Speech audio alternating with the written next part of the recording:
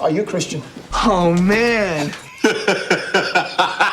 No, are you a Christian? A Christian? That's enough. Oh, shit. Next story. WashingtonPost.com. Utah bans DEI programs. Apparently white people don't like them. Astrid Rollins. 2 to 3 minutes. In a significant legislative move, Utah has recently implemented a ban on diversity, equity, and inclusion (DEI) programs at universities and in state government, sparking a contentious debate about the state's approach to fostering diversity and addressing racial disparities. The decision has drawn attention due to Utah's predominantly white demographic and the perceived conflict with the state's historical homogeneity. Utah, with a population that is overwhelmingly white, has justified the ban by asserting that DEI programs encourage individuals from diverse backgrounds to settle in the state, contravening what some argue to be the foundational principles of Utah's demographic makeup. Utah didn't get as white as it is by accident,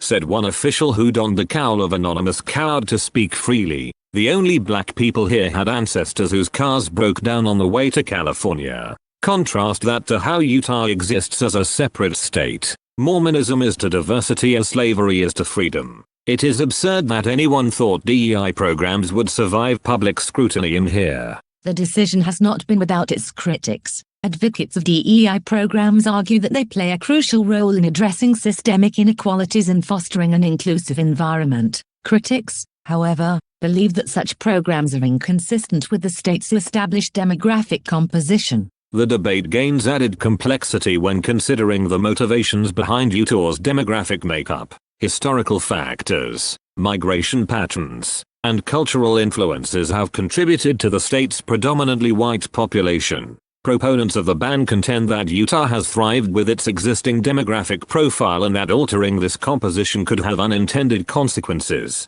They emphasize the need to preserve what they perceive as the state's unique cultural identity. Conversely, opponents stress that diversity is a strength that brings fresh perspectives and contributes to a vibrant and dynamic society. They express concerns that the ban on DEI programs may hinder progress in addressing racial disparities and fostering a more equitable environment. We don't want to address racial disparities. We don't want fresh perspectives, said a resident. We like things as they are.